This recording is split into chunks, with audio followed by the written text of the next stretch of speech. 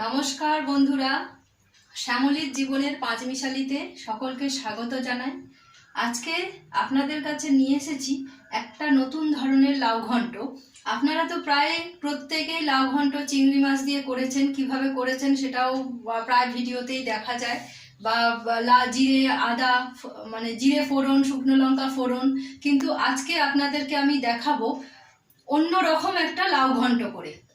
এবার সেটা আমি কিভাবে করছি আপনাদেরকে দেখাই। প্রথমেই আমি কড়াইতে তেল দেব। এরপর এতে আমি ফোড়নে দেব কালো জিরে আর কাঁচা লঙ্কা। আপনারা দেন জিরে ফোড়ন, তেজপাতা ফোড়ন, শুকনো লঙ্কা। সেখানে আমি ব্যবহার করছি কালো জিরে, কাঁচা লঙ্কা।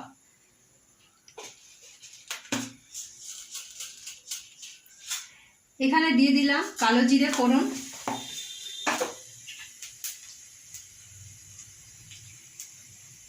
তার মধ্যে দিলাম কাঁচা লঙ্কা। এটা একটু লাল লাল হয়ে ভাজা হয়ে আসবে। তার মধ্যে দেব এখানে শিলে বেটে রাখা শুধু আদা। আমি এটা শিলে বেটেছি।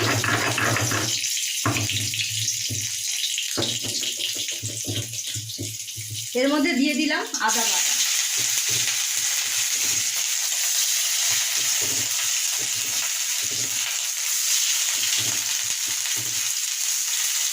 আদাটা একটু লাল লাল হয়ে আমি এটাকে একটু কষে নেব।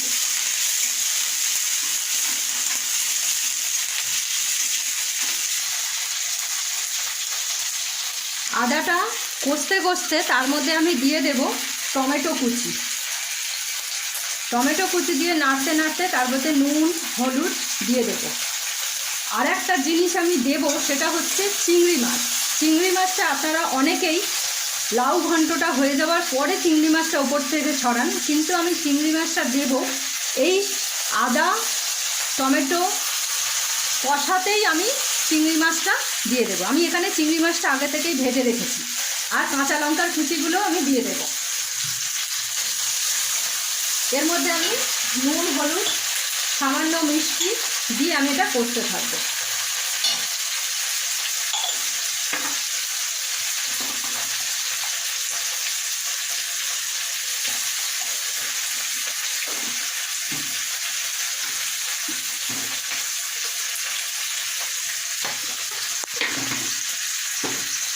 এখানে আমি কোনো লঙ্কা গুঁড়ো ব্যবহার করছি না, শুধু লঙ্কা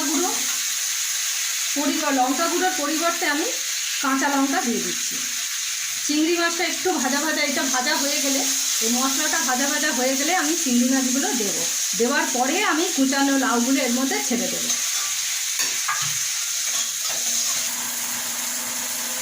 মশলাটা আমার লাল লাল হয়ে ভাজা হয়ে গেছে। এরপর আমি দিয়ে দেবো এখানে ভেজে রাখা চিংড়ি মাছগুলো। চিংড়ি মাছগুলো আমি একটু হাত দিয়ে ভেঙে ভেঙে গুঁড়ো করে নিয়েছি। আপনারা প্রায় গোটা চিংড়ি মাছ দেন, কিন্তু চিংড়ি মাছ এটা মুখে পড়বে না। এটা শুধুমাত্র লাউটার একটা স্বাদ বাড়ানোর জন্য এই চিংড়ি মাছগুলো আমি এর মধ্যে মশলার মধ্যে চিংড়ি মাছগুলোকে আমি দিয়ে দিলাম। এরপর ভালো করে নাড়াচাড়া করে নেব, নিয়ে লাউগুলো আমি ছেড়ে দেবো। নাড়াচাড়া করে এই আগে থেকে কুচিয়ে রাখা লাউগুলো আমি এর মধ্যে দিয়ে দিচ্ছি। দিয়ে এবার এটা আমি নাড়াচাড়া করে ঢাকা দিয়ে দেবো। আপনারা জানেন যে লাউ থেকে জল বেরোয়, সেই জলেই লাউ সিদ্ধ হয়ে যায়। এরপর এটা আমি নাড়াচাড়া করে ঢাকা দিচ্ছি।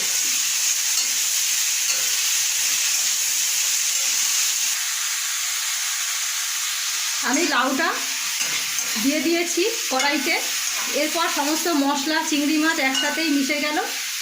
আমি ঢাকা চাপা দিয়ে এটাকে রেখে দেবো।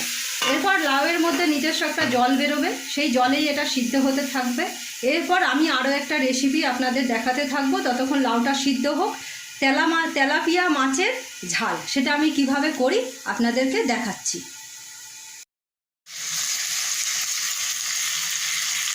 আমার লাউ ঘন্টটা রেডি হয়ে গেছে। যা জল বেরিয়েছিল তাতেই সিদ্ধ হয়ে গেছে। এরপর আমি এটাকে নামিয়ে আপনাদের মাছের ঝালটা তৈরি করে দেখাবো। এরপর আপনাদের দেখাবো তেলাপিয়া মাছের ঝাল। আমি তেলাপিয়া মাছগুলো আগে থেকেই ভেজে রেখেছি। এরপর আমি এতে কালো জিরে ফোড়ন দেব।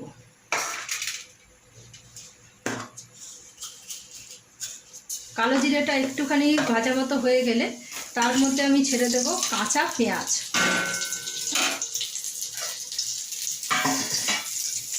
কাঁচা পেঁয়াজ আর টমেটো কুচি, আর দেব কাঁচা লঙ্কা। এরপর আমি ছেড়ে দিচ্ছি কাঁচা পেঁয়াজ। কাঁচা পেঁয়াজটা একটু ভাজা ভাজা হয়ে আসলে দিয়ে দেবো টমেটো কুচি আর লঙ্কা।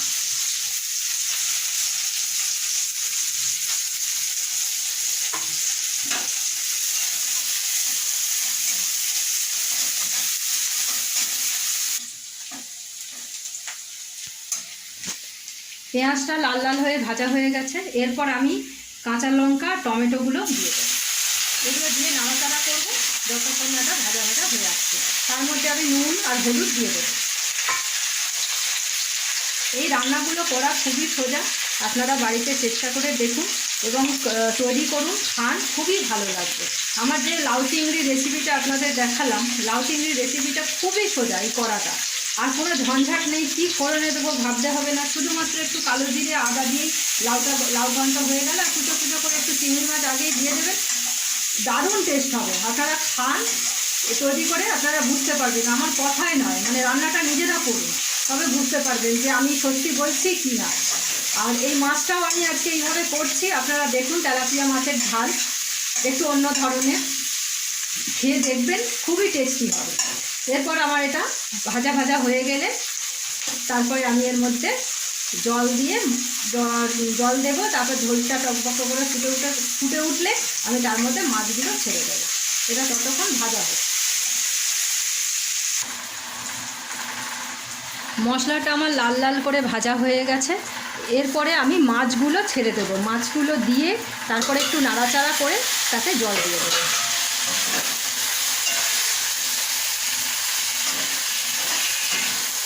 এরপর আমি এতে জল দিয়ে দেবো।